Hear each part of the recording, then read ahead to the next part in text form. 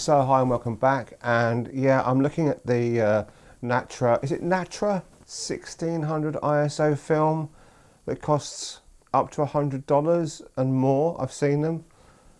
I just beyond belief about the whole thing, why someone would spend that money on a roll of film and you get so much more for your money, which I'm going to demonstrate as we go along.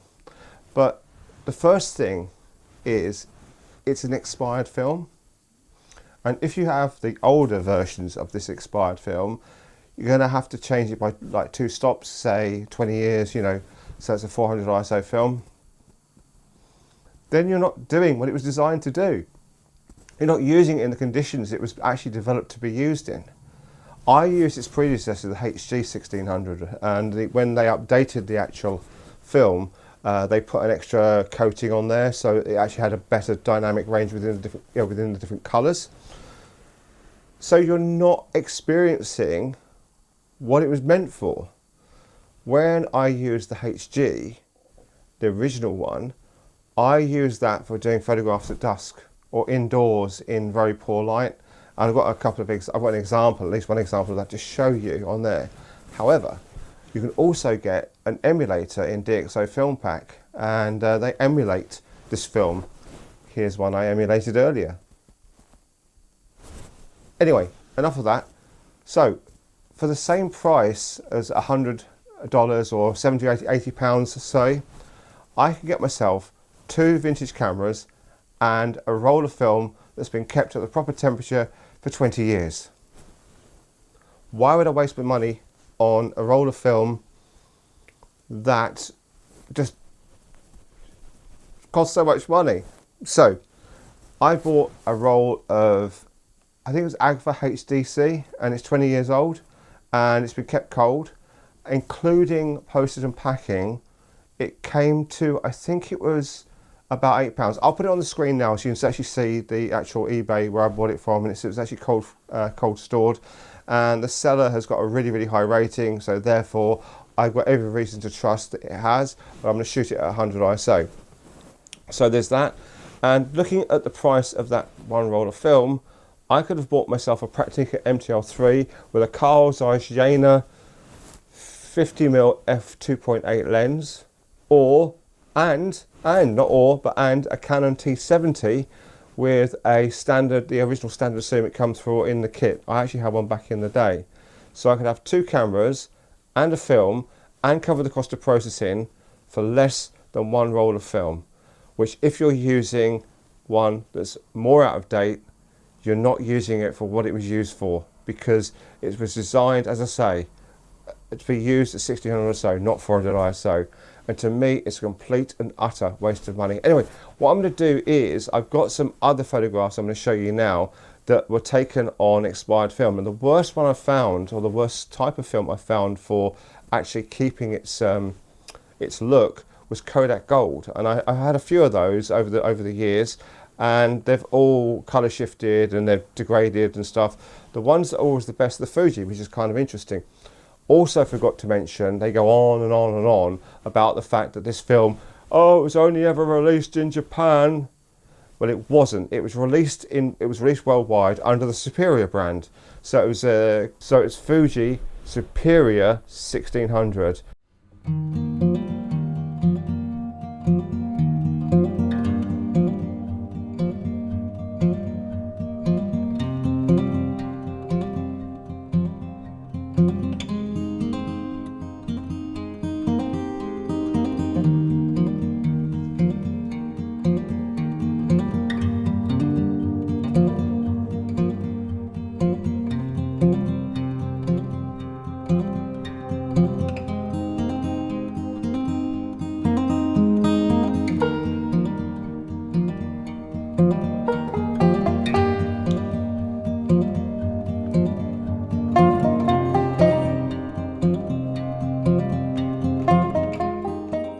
So I just thought I'd take a few photographs I'd converted to the Superior 1600s. I'm going to call it that because that's how I know it, and that's how it was in the UK, I believe United States as well. But the actual name Natura was actually just the name they used in Japan.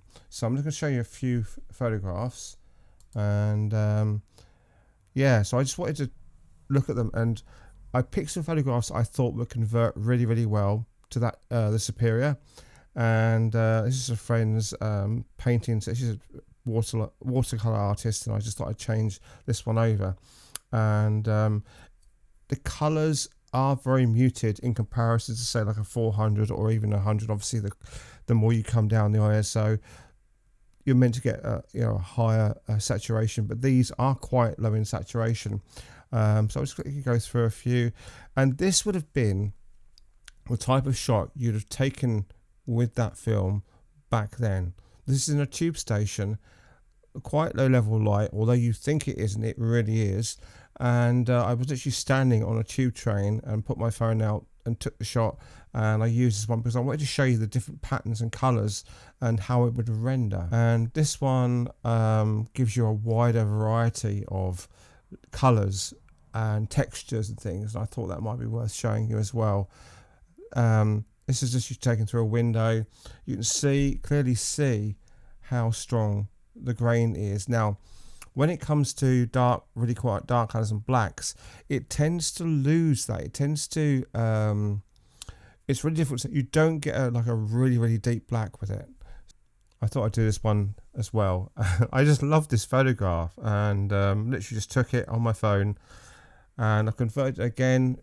These colours are very, very muted with this 1600 film, so they still look quite nice anyway. But she was actually just reading. All she was doing was reading off the notice here, telling you all about the actual elephant, that particular elephant. And again, this one was taken quite late in the evening, and the last rays of light coming through this actual leaves. And this is really how I remember it, the actual original one, the Super HG. So it's, as I say, although the Superior 1600 had a fourth color layer and had give you a much richer texture than it had with the original one that I used. This is really subdued light, and this is the type of shot you'd have used that sort of film for. It's actually a set of steps that goes down to the Thames right next to Tower Bridge. Some of you may have been there. It's real fun. You'll know how dark it is in there, and this would have been the type of shot you'd have used it for. And this is the actual photograph. I put my hand up and showed you. This is the one I converted as well. Yeah, I really would have liked to have tried this film, but I wouldn't pay that price for it. So I'm just going to show you a few photographs now that were taken on expired film. This was Konica VX100 that was 20 years expired, and I shot it at 25 ISO, and it was quite dark. One of the things that Konica was really, really good at was whites and skin tones, but obviously it's lost a lot of its oomph because of its age and the way the chemicals have changed on the actual film. And again, you can see how good the whites could have been, but it's gone.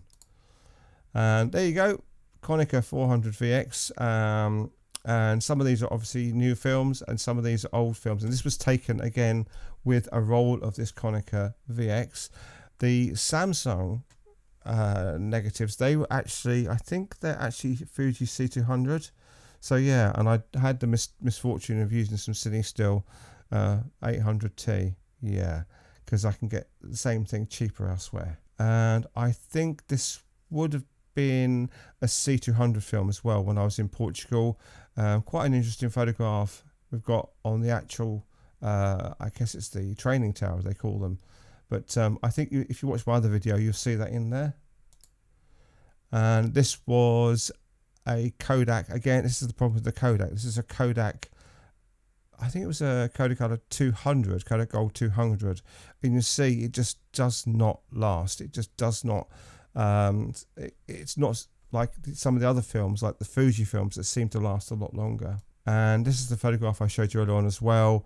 And you've got like the actual cast changes. It goes from yellow on the right hand side to blue on the other side. And it was really difficult to get a decent scan of this. Anyway, I hope you've enjoyed my fun little video about the topic of ridiculously expensive film. But don't forget to like, comment, subscribe, and I will see you in a video shortly.